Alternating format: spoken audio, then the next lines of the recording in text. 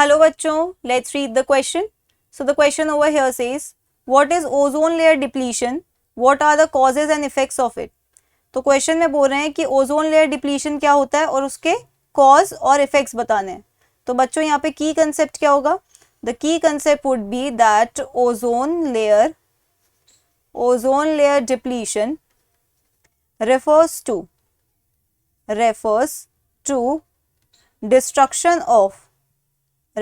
to destruction of ozone, that is O3, from the stratosphere of the earth's atmosphere. अब बच्चों जो अर्थ का atmosphere है उसके नीचे वाली, सबसे नीचे वाली लेयर को क्या कहते हैं? जो सबसे पास होती है अर्थ के, उसे कहते हैं ट्रोपोस्फियर. उसके ऊपर होती है स्ट्रैटोस्फियर. इस स्ट्रैटोस्फियर में ओजोन होता है. अब अगर इस लेयर में ओजोन का डिस्ट्रक्शन शुरू हो जाए तो इसी को हम कहते हैं ozone layer depletion.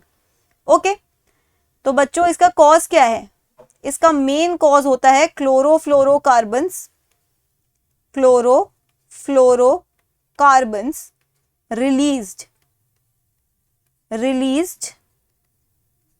From refrigeration systems. ठीक है, फ्रॉम रेफ्रिजरेशन सिस्टम्स, जैसे कि एसी हो गए, रेफ्रिजरेटर्स हो गए, इनसे क्या है? क्लोरोफ्लोरोकार्बन एमिट आउट होते हैं. अब ये क्लोरोफ्लोरोकार्बन क्या है? मेन कॉज है. जैसे कि अगर मैं बात करूं क्लोरोफ्लोरोकार्बन कैसे एक्ट करते हैं, तो देखो जो CFCs हैं chlorofluorocarbon, under the effect of ultraviolet radiation, that is UV radiation, it gets converted और it releases free radicals of chlorine. ठीक है, हम लिख सकते हैं यहाँ पे फ्री रेडिकल्स ऑफ क्लोरीन. अब क्लोरीन के फ्री रेडिकल्स रिलीज हो गए, राइट. ये फ्री रेडिकल्स क्या करते हैं? ये जाके ओजोन का ब्रेकडाउन करते हैं.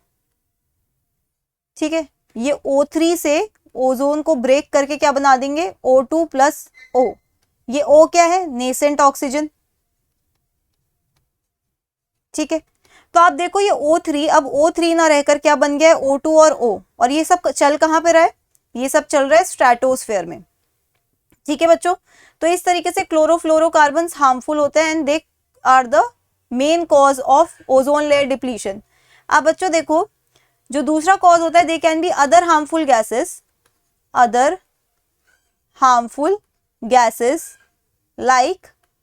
like N2O, CH4 etcetera. अब अगर मैं इफेक्ट्स की बात करूं तो बच्चों ये जो ओजोन लेयर है हमें किससे प्रोटेक्ट करके रखती है? Ozone layer protects us from ultraviolet radiations of sun. ठीक है, सन की अल्ट्रावायलेट रेडिएशन को अर्थ के सरफेस तक पहुंचने नहीं देती, या काफी हद तक एब्जॉर्ब कर लेती है. तो अगर इसका डिप्लीशन हो जाए, depletion of ozone layer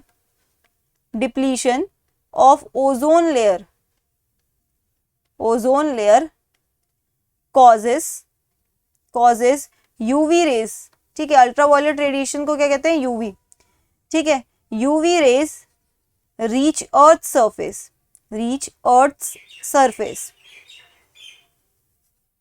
okay, तो ये इसके इफेक्ट्स हैं अगर ओजोन लेयर डिप्लीट हो जाए. और अगर UV रेज अर्थ पे पड़ती है तो उसका क्या हार्मफुल इफेक्ट होता है? देखो UVB एक्ट्स एज म्यूटाजेन. ये एक म्यूटाजेन की तरह एक्ट करता है और ये क्या करवाता है? लिविंग ऑर्गेनिजम्स में म्यूटेशंस करवाता है. Living organisms causes mutations. ठीक है, म्यूटेशंस कॉज करता है. अब म्यूटेशन कॉज करने से क्या होगा? They are the reason for skin cancer.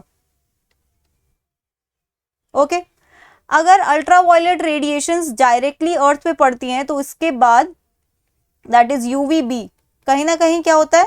Causes cataract. ठीक है, आईज में problem as well as snow blindness. थोड़ी देर के लिए दिखना बंद हो जाता है जब एक्सेसिव धूप होती है, जब एक्सेसिव सन की रेडिएशंस पड़ती हैं. ठीक है, उसे कहते हैं स्नो ब्लाइंडनेस. तो इस तरीके से इनके इफेक्ट्स होते हैं. So that's it for the question. I hope you understood it well. Best of luck.